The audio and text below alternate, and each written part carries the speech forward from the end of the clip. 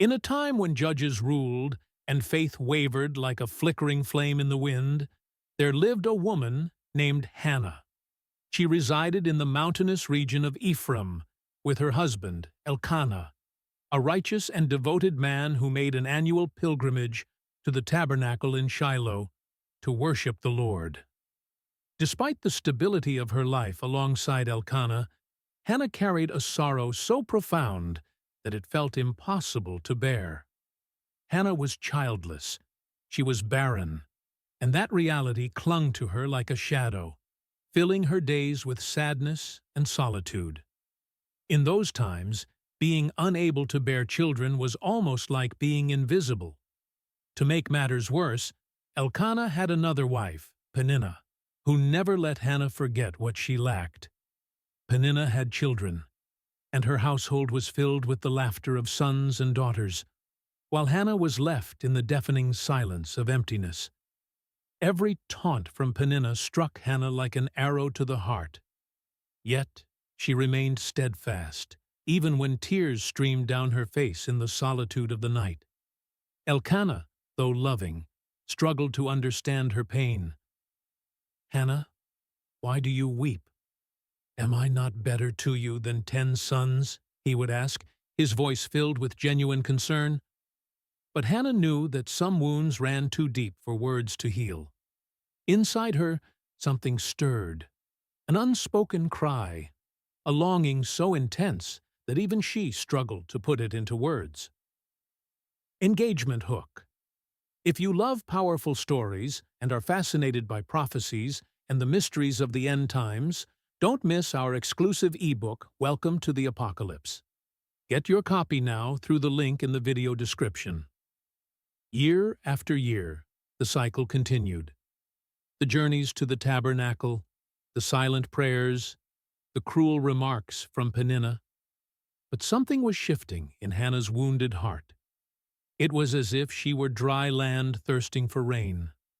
She believed, deep within, that somehow God was listening. Hannah's days were marked by quiet suffering. Even within the walls of her own home, she faced an unspoken battle. Peninnah seemed to take pleasure in highlighting all the things Hannah lacked, her words laced with subtle cruelty. She didn't need to say much. Sometimes a single glance or a seemingly harmless remark was enough to cut deep. During those moments, Hannah retreated into her thoughts, searching for strength in a place where none seemed to exist. The laughter of Peninnah's children echoed through the house, each joyful sound reminding Hannah of her own empty arms. Peninnah had mastered the art of using words like tiny daggers, veiled behind a facade of casual conversation. "Oh, Hannah, if you had children, you'd understand how exhausting it is," she would say with a smirk that barely concealed her true intent. But Hannah never responded. Not because she didn't want to, but because she knew her battle wasn't against Peninnah. There was something greater at stake, something that even Peninnah couldn't comprehend. Hannah's pain wasn't just about childlessness, it was about the silence of God, the unanswered prayers. And yet, despite it all, she refused to give up. She bore her sorrow like a weight she still believed could one day be lifted. Elkanah watched his wife's suffering and tried to comfort her, but his words, though filled with love, could not fill the void inside her heart. He divided his attention between both wives, unintentionally deepening Hannah's isolation. While Peninnah basked in the joy of her children, Hannah withdrew into her quiet world, a world where her faith, though tested, refused to break. That year, as always, Elkanah took his family to the tabernacle in Shiloh. But something inside Hannah was different. Her anguish had reached its peak. Every taunt, every glance from Peninnah had accumulated like heavy stones upon her heart. When she stood before the Lord, she knew she could no longer keep her pain locked away. With determined steps, Hannah moved away from the others, seeking a place where she could be alone, face to face with God. As soon as she knelt, The weight she had carried for so long burst forth in the form of silent, uncontrollable tears, like long-awaited rain after years of drought. She didn't raise her voice, nor did she cry out. Her lips moved in a whisper, barely audible, yet her words carried the depth of a soul crying out in desperation. To an outsider, she might have seemed lost in a world of her own. But Hannah knew God was listening. With a heart shattered by years of sorrow, she made a vow unlike any she had ever made before. She promised that if the Lord granted her a son, she would dedicate him entirely to his service for all the days of his life. This was no empty promise, no desperate bargain. It was an offering, a surrender from someone willing to give back even the very thing she longed for most. As she poured out her soul, Eli, the high priest, observed her from a distance. He saw her lips moving, yet heard no sound. Something about it seemed strange to him, and so he approached, drawing the wrong conclusion. "How long will you remain drunk? Put away your wine," he said sternly, mistaking her silent prayer for intoxication. But despite her anguish, Hannah answered with humility. She explained that she was not drunk, but rather pouring out her soul before the Lord, pleading for something that only He could grant. Eli's expression softened as he realized his mistake. Looking at her with newfound understanding, he spoke words that would forever be engraved in her heart. "Go in peace, and may the God of Israel grant you what you have asked of him." These words took root in Hannah's soul like a seed planted in fertile ground. As she rose to her feet, she wiped away her tears, and something within her shifted. Though nothing in her circumstances had changed, she was still childless, still living under the same roof as Peninnah, still facing the same challenges. There was now a quiet certainty within her, a sense of peace that defied all logic. It was as if, in that moment, God had placed a silent promise inside her heart. And from that day on, Hannah carried herself differently. She moved with a renewed sense of faith, walking not by what she saw, but by the unseen hope that had taken root within her. Elkanah noticed the change, though he couldn't fully understand it. Hannah no longer wept as before. The taunts of Peninnah seemed to lose their power, like arrows that no longer found a target. Something had shifted within her, though no one but she and the God who had heard her prayer could truly comprehend what it was. Then, one day, the answer began to take shape. Subtle signs, a feeling, a whisper of something new. And soon, Hannah knew with absolute certainty, she was with child. The priest's words, the silent prayer in the tabernacle, the promise whispered in desperation. All of it was coming together, like scattered puzzle pieces forming a complete picture. Hannah's heart swelled with joy, but she also knew that this moment was far greater than her own happiness. She wasn't just carrying a son, she was carrying a promise, a living testimony of God's faithfulness. As the days of her pregnancy passed, she felt the weight of the miracle growing within her. This was no ordinary child. This was a child who would change not only her life, but the course of Israel's history.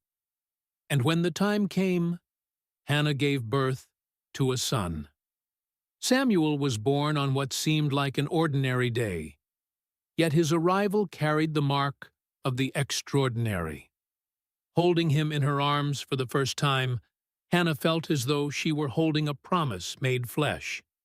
She gazed at his delicate face, knowing that every detail of him was an answer from God.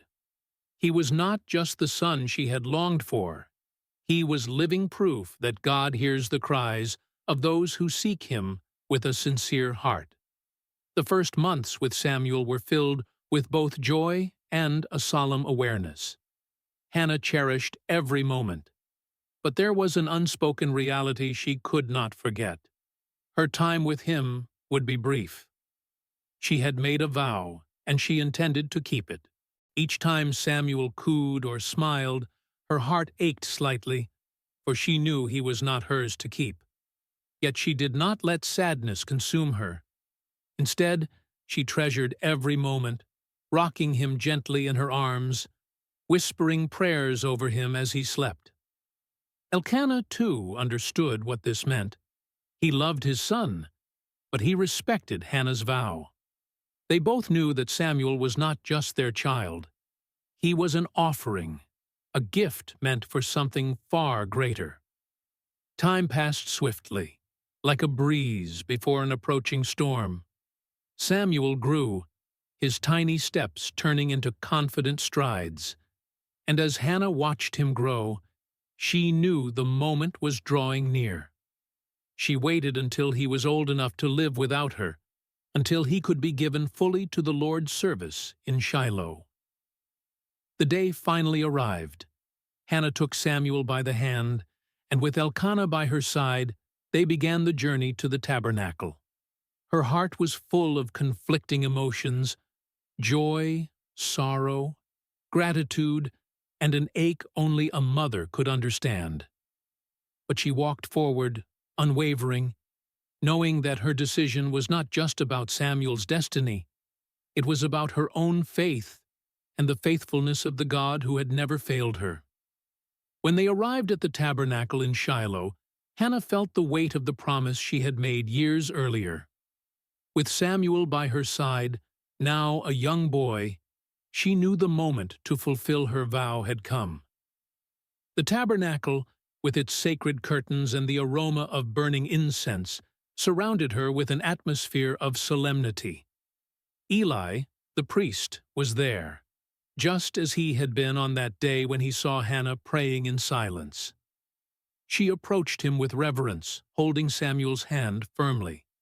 In a soft yet resolute voice, she spoke, "I am the woman who stood here praying to the Lord. For this child I prayed, and the Lord has granted me what I asked of him. Therefore, I now give him to the Lord. For his whole life he is given over to the Lord."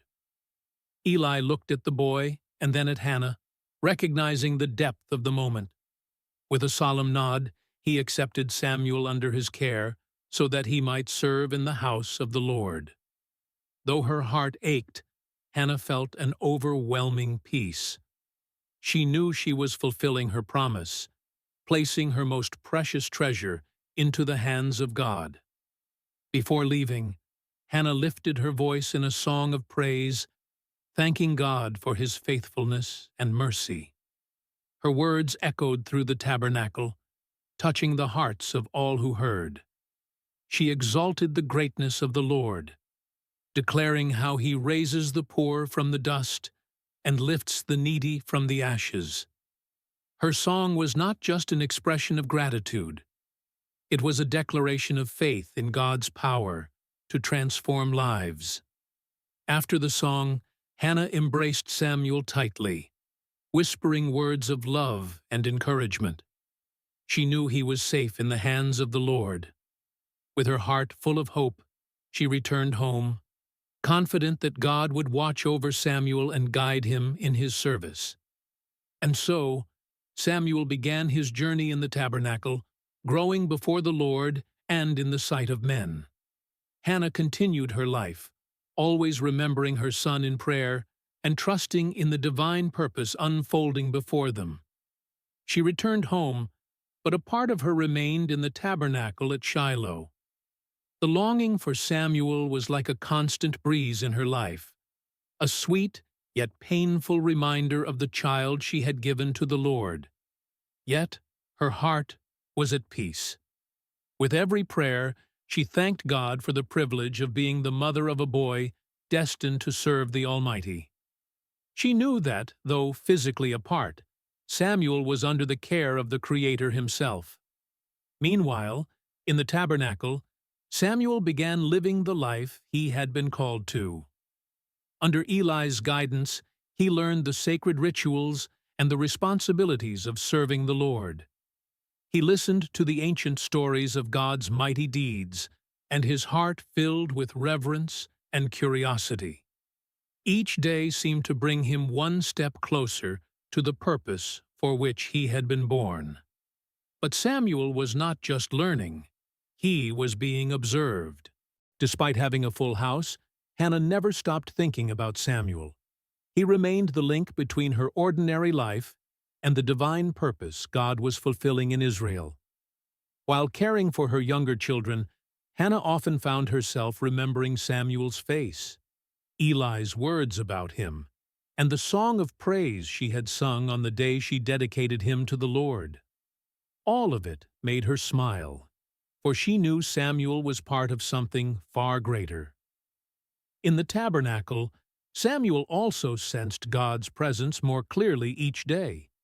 Though still young, he was beginning to understand that there was something special about his calling, something he could not yet name. It was night in the tabernacle, and silence hung over Shiloh like a heavy mantle. Samuel slept in his usual place, near the ark of God, when a sound broke the stillness. Someone called his name. Samuel. The voice was clear, firm, yet so gentle that it seemed to whisper directly into his heart. Samuel opened his eyes, confused, but certain he had heard someone speak. Without hesitation, he got up and went to Eli, assuming the priest needed something. "Did you call me?" the boy asked, his eyes still heavy with sleep. But Eli, surprised, shook his head and replied, "No, my son. Go back and lie down." Samuel obeyed, but he had barely settled in when the voice came again. "Samuel!" Once more, he got up and went to Eli, convinced he could not be mistaken.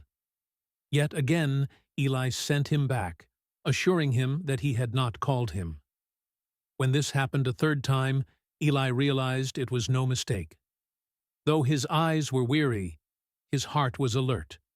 He understood what was happening. "Samuel," he said, looking directly at the boy, "the next time you hear the voice, say, 'Speak, Lord, for your servant is listening.'" Samuel nodded, though he did not fully grasp what it meant. Yet there was something in Eli's words that brought a deep certainty, as if the tabernacle itself bore witness to a sacred moment. And then it happened again. The voice called his name, and this time Samuel responded just as Eli had instructed. "Speak, Lord, for your servant is listening." At that moment, God began to reveal things to Samuel that he could never have imagined. The young boy, who had faithfully served in the quietness of his routine, now heard the very voice of God, calling him to a purpose that would transcend his childhood and shape the future of Israel.